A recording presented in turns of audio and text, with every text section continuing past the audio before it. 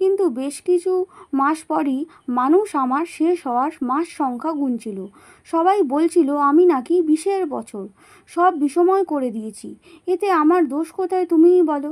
আমরা কি আমাদের এই স্বল্প আয়ুর জীবনে আমাদের পূর্বপুরুষের মতো হতে কি চাই না? কিন্তু তোমাদের মতো আমাদেরও ভাগ্যলিখন হয়, কিন্তু তোমরা সেটা জানো না। কি কি দেখছো আমার দিকে তাকিয়ে ওরকম করে?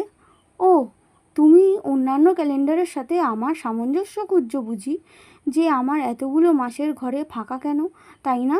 আরে তুমি ভুলে গেছো কি করে? আমার অনেক মাস মানুষজনকে লকডাউনে থাকতে হয়েছে। সব গৃহবন্দী, কেউ কোথাও ঘুরতে যায়নি, পারিবারিক অনুষ্ঠান হয়নি, স্কুল কলেজ সব বন্ধ। তাই কেউ আর আমার মাসগুলো দিনগুলোতে তাদের ইম্পর্টেন্ট দিন হিসাবে মার্ক করে রাখেনি। তাই তো আমার এক বড় অংশ জুড়ে নতুন ক্যালেন্ডারের মতোই ফাঁকা। যাক, অনেক অভিযোগ দুঃখ করে বসলাম তোমার কাছে। আমি 2020 যা আগে ছিলাম, কিন্তু আজ অতীত। আমি থাকাকালীন তোমরা সবাই অনেক কষ্ট করেছো, তাই এখন আর এই সব ভাবতে হবে না। আমাকে ভুলে 2021-এর ক্যালেন্ডারের দিকে তাকাও। নতুন উদ্যমে জীবনের অসম্পূর্ণ কাজগুলো করার সংকল্প নাও, আর 2021কে উপভোগ করো। আমি চলি, ধুলো ময়লায় জর্জরিত হয়ে আমার আবর্জনা গাড়িতে যাওয়ার সময় হয়ে গেছে।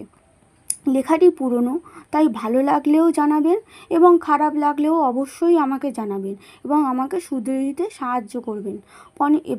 পনিরের এই রেসিপিটি বাড়িতে একবার ট্রাই করে দেখতে পারেন এবং লেখাটি ও রেসিপিটি কেমন লাগলো আমাদের জানাতে পারেন ও আমাদের সাথে যুক্ত থাকবেন। ধন্যবাদ সবাইকে আপনাদের দামি সময় থেকে সময় বার করে ভিডিওটি দেখার ও শোনার জন্য। সমস্ত উপকরণ ডেসক্রিপশন বক্সে দেওয়া থাকবে। তাহলে টাটা আজকের জন্য। দেখা হচ্ছে আবার নেক্সট আর একটা ভিডিওয়ে। ততক্ষণ অপেক্ষা করবেন ও সাথে থাকবেন। ধন্যবাদ।